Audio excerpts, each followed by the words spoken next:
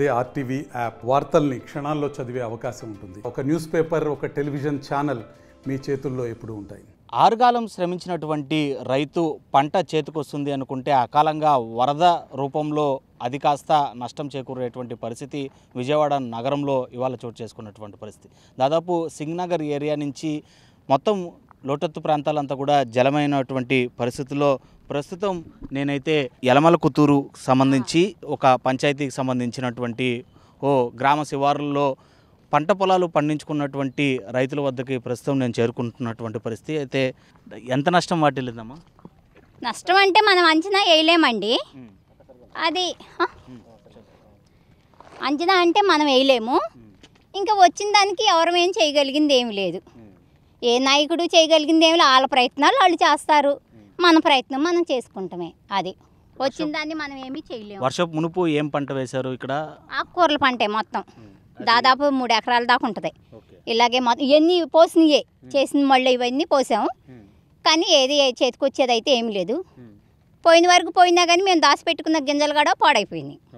అది కూడా పాడైపోయినాయి. విత్తనాలు కూడా మేము వారానికి నెలకి సరిపడా స్టాక్ తెచ్చుకుంటాం, దూరం పద్దకు వెళ్ళలేక. అందువల్ల మేము కొంచెం అవి కూడా గుడిసెలో దాచుకుంటే పాడైపోయినాయి అంతే. సాధారణంగా రైతులు నష్టపరిహారం కావాలంటున్నారు. మీరే ఒక్కరే నిజంగానే ఎవరు మాత్రం ఏం చేయగలరు, ప్రభుత్వం మాత్రం ఏం చేయగలదో ఆదుకోగలుగుతుందని చెప్పడం మీ నోటి వెంట, అది రైతు నోటి వెంట, మీలాంటి రైతుల నోటి లాస్ అవ్వటం ఇదేమో ఫస్ట్ టైము కాదు, ఇది లాస్ట్ టైము కాదు. ఇంక ఇలా సీజన్స్ వచ్చినప్పుడల్లా అన్ఫిట్స్గా జరిగే సంఘటనే. ఇంకా అంతా ఇక మనదేముంది, అంతా దేవుని నిర్ణయం. అది ఇంకా అంతకన్నా మనం చేయగలిగింది ఏముంది? కాకపోతే ఇంకా అది వచ్చిన దానికి వాళ్ళు మట్టుకు ఏమీ చేయలేని పరిస్థితే కదా. వాళ్ళకి తోచిన సాయం వాళ్ళు చేస్తున్నారు. మన ప్రయత్నం ఏదో ఒక సంవత్సరం పని చేసుకోలేదు అనుకుంటే మళ్ళీ నెక్స్ట్ మళ్ళీ కొత్త సంసారం, అలాగా పెళ్ళైన దంపతులు కొత్త సంసారం ఎలా పెడతారో అలా స్టార్ట్ చేసుకుంటామే. పునాది వేసుకొని ఇల్లు పైకి లేపుకుంటామే. ఇంకా అంతకన్నా చేయగలిగింది ఏముంది మనం? సో ఇవంతా కూడా సాధారణంగా అలవాటు అయిపోయాయి జీవితంలో భాగంగా. అంతే, నష్టపోతేనే కదా స్ట్రాంగ్ అయ్యేది. మరి ఏం చేస్తాం మనం? ఇప్పుడు ఒక దెబ్బ తగిలితేనే కదా నీకు నొప్పి పుట్టేది. ఇప్పుడు వచ్చావు ముళ్ళు గుచ్చుకుంది అనుకో, అక్కడ ముళ్ళు ఉందని పక్క నుంచి వెళ్తావు కదా.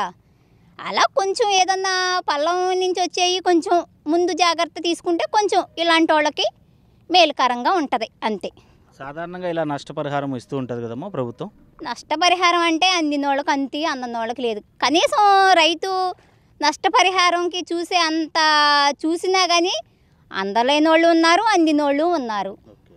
అది వాళ్ళ అదృష్టాన్ని బట్టి, వాళ్ళ దగ్గరలో ఉన్న నాయకులను బట్టి జరుగుతూ ఉంటాయి అంతే. మాట్లాడే మాటలు నిజంగానే రైతాంగానికంతా ఒక ఇన్స్పిరేషన్ నిజం చెప్పాలంటే. ఎందుకంటే చాలా వరకు రైతాంగం ప్రభుత్వం నుంచే ఆధారపడే ఉంటారు. ఖచ్చితంగా ప్రభుత్వమే మమ్మల్ని ఆదుకోవాలి, ఏం చేస్తుంది ఆధారపడి మేము లేము. కానీ అయ్యా మా రెక్కలు చల్లగా ఉంటే ఇవాళ పోయినా రేపు మేము మళ్ళీ అభివృద్ధి చేసుకోగలం అనే ఒక ఐడియా, కాన్ఫిడెన్స్ అంతే. అంతే. ఈ వర్షాలు అన్నాక వరదలు అన్నాక సాధారణంగా వస్తానే ఉంటున్నాయి. ప్రతి సంవత్సరం మనం అనుభవిస్తున్నాంగా. ఇంక ఇవాళ కొత్తగా ఏం కాదుగా, కాకపోతే కొంచెం ఎక్కువ వచ్చింది. అది అంతకుముందే ఎవరు అంచనా వేయలేకపోయారు. అంతకుముందే దాదాపు 2 రోజులు కురిసిన వానకి ఈ పక్కనున్న గోతులోంచి నేను రాలేకపోయా, ఇక్కడికి వచ్చేసినాయి నాకే. ఇంకా మరి ఇంకా వరద వచ్చినాక అవి ఇవి ఏమవుతాయి, ఇవి ఎటుపోతాయి అవి ఎటుపోతాయి. కొంచెం ఇళ్ళు కట్టుకున్న వాళ్ళు ఇబ్బంది పడ్డారు. ప్రాణ నష్టం అంటే అంతేం జరగలేదు, కానీ ఆస్తి నష్టం మట్టికి జరిగింది.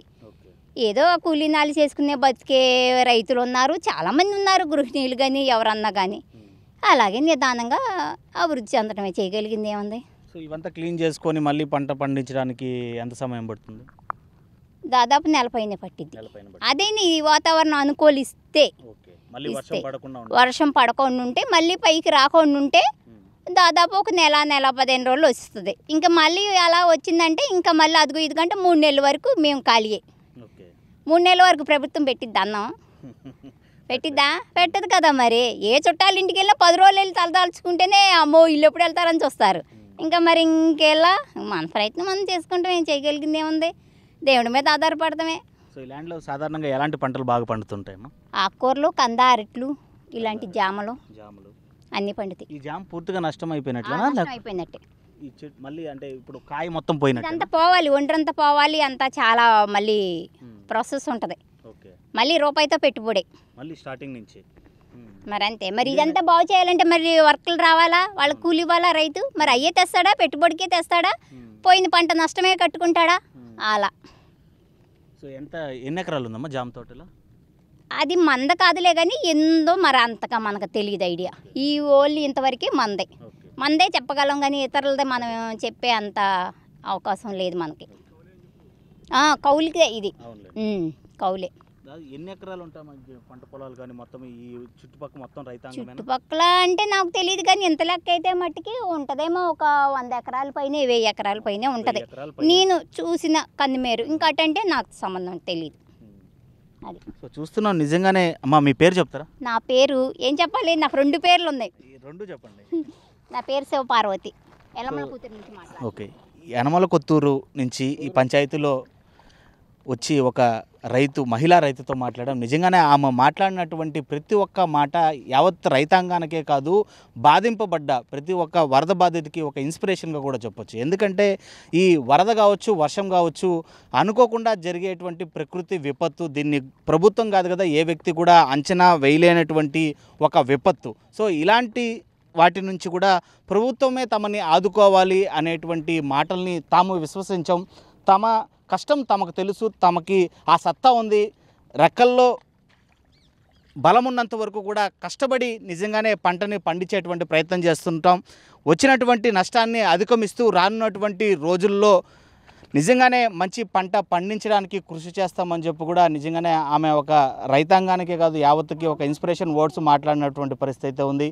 అయితే ఆదుకున్నంత మేర ప్రభుత్వం ఆదుకుంటే కూడా బాగుందని చెప్పడంతో పాటు కొద్దిగా వర్ణుడు కనుకరించి వాతావరణం తిరిగి సహకరిస్తే 1 నెల రోజుల్లోనే తిరిగి మరీ పంట పొలాలని పండించి యావత్ ఆంధ్రప్రదేశే కాదు ప్రజానీకానికి తిరిగి 5 ఏళ్ళు నోట్లోకి వెళ్ళేటువంటి పని తాము చేస్తున్నామని చెప్పి కూడా చాలా గర్వంగా చెప్తున్నటువంటి మహిళా రైతునైతే మనం ఇవాళ కలుసుకోవడం నిజంగానే ఆర్టీవీ తరపు నుంచి ఒక రిపోర్టర్గానే కాదు నిజంగానే ఒక సంతోషంగా ఉందని కూడా చెప్పొచ్చు. వీడియో జర్నలిస్ట్ ప్రసాద్తో లోకేష్ రిపోర్టింగ్ ఫర్ ఆర్టీవీ.